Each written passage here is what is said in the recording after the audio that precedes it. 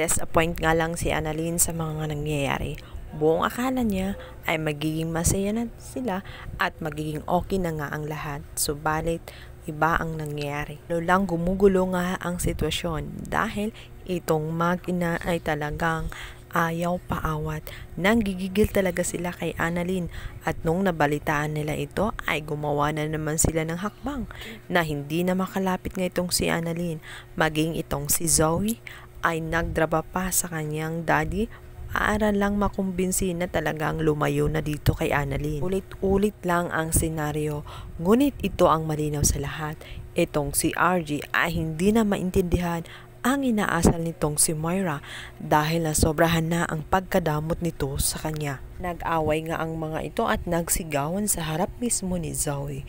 Kaya naman affected ngayon si Zoe at gagamitin na naman niya itong alas para sabihin na dapat talagang lubayan na ni Annalyn dahil nagugulo ang kanilang pamilya. Dahil nga sa nasigwa ni RG itong si Moira dahil sa sobrang pakialamera nito at nalaman niyang pinuntahan niya ito si Annalyn at may ginawa pang hindi maganda ay sinabihan niya itong hindi si Annalyn ang masama kundi ito nga si Moira at kumulo ang dugo ni Moira at nasampal nga niya itong si RJ. Sana nga lang sobrang lakas ang kanyang ginawa at nang sa ganun umalog ang utak ni RJ at maalala niya ang mga nakaraan niya. Jack, sa kangkungan pupulutin itong si Moira. Balit dahil nga sa ginawa ni RJ ay makukonsensya naman siya sa tuwing mapapalingon siya dito nga kay Zoe dahil sa pagkakalam niya anak niya ito at sa tuwing nag-aaway sila ni Moira ay nasasaktan din si Zoe dahil pakiramdam niya magulo na ang kanilang pamilya.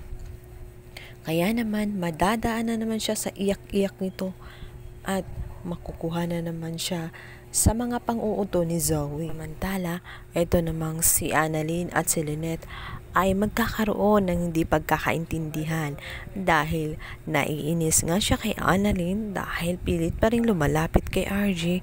Alam naman niya na kung ano ang magiging kinahihinatnan din sa huli sapagkat humaharang lagi nang paulit-ulit itong mag-inang si Zoe at si Moira. At nasisigurado lang niya na talagang hindi siya magiging masaya. Pwera lamang kung bumalik na talaga ang alaala nitong si Dr. RJ. Nag-iiyakan na nga lang itong mag-ina dahil talagang wala silang magagawa.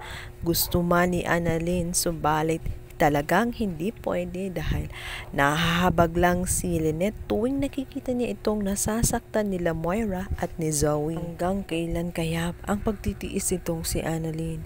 May pag-asa pa kaya na magbago ang kanilang mundo at malalaman pa kaya o talagang hindi na maaalala ni RJ ang kanyang mga nakaraan?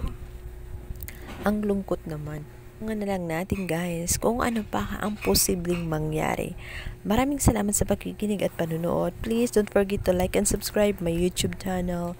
Thank you so much for your time and effort. God bless everyone. Thank you. Bye bye.